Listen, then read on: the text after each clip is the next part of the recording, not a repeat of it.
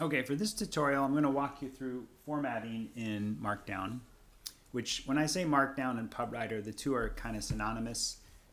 All the editing that you do, the formatting is called Markdown. So whenever you see Markdown anywhere on the web, that's the standardized kind of format that we're using for PubWriter. Now, I'm going to point you to this Sandbox website, which is a really helpful tutorial. And we're going to jump into the formatting one, which will be the sandbox/1. And I just click down here under next, and this will kind of go through the different tutorials. There's a bunch of them, but let's start with the basics. You can also get to them right here with this drop up. We're going to start with the text. So the way you format is it's called a semantic formatter, which just means it has text, it has character triggers that determine the formatting. So a single pound is a header. This is heading 1. 2 pounds is a heading 2. 3 pounds is a heading 3. You get the idea, heading 4.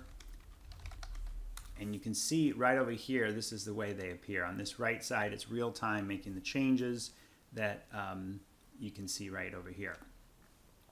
Now this is just regular plain text. Write what you want. If you wanted to bold something, you have to put 2 asterisks around it. Whatever you want. And you notice now that turns it into bold. If you want this to be italics, you just do 1 star. That's what you want. If you want it to be bold and italics, you would use 3 asterisks. 1, 2, 3. 1, 2, 3. So you can see now it's italicized and bold. Those are the basic things you need to know, right? Those are probably what you're going to be doing 90% of the time. I will get into images and some other things shortly. A couple other things to show you is one is called callouts. You do that with a right caret. I think that's called a caret. This is a callout. And you can see it puts it into a nice callout box depending on how that's formatted for your website. We can do a couple other things. Mark is how you highlight text. This is highlighted. But you also have to close it like that. And I think I'm going to test this, but we should also be able to do bold within.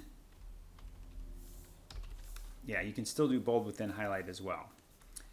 And then one other one you probably won't use too often, but can kind of distinguish the text a little bit differently as well, is the keyboard font. And it's used for, like, if you're using, it was designed to be used for tutorials, but if you do KBD, this is your keyboard font. And then you have to close that with KDB as well. Just a little bit of kind of shorthand HTML there. And that's the basics of how you format within. The best thing to do is just start playing around with this and start kind of seeing how things work, learn by doing. And then we'll get into some images here shortly.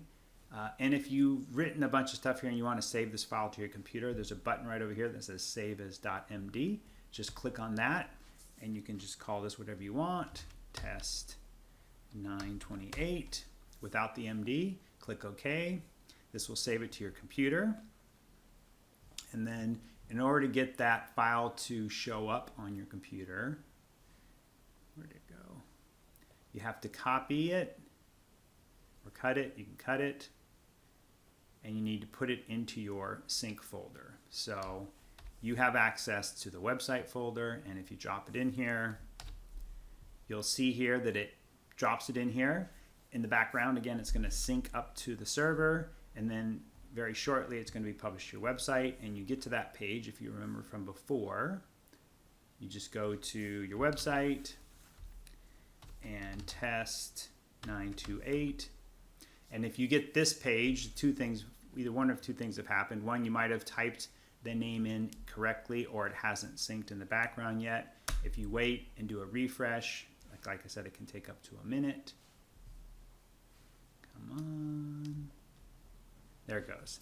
So it took less than a minute. But now that I'm pointing to this page, you can see how that text appears, and it's all formatted according to the style sheet for your website. So the colors, the fonts, the things that we've chosen here specifically for your design are consistent but unique to your website. So that's how you get started with basic text editing. In the next tutorial, I'll show you how to do the images, which is something you'll want to be able to do and something you can do very quickly, but there's 2 steps involved in that process.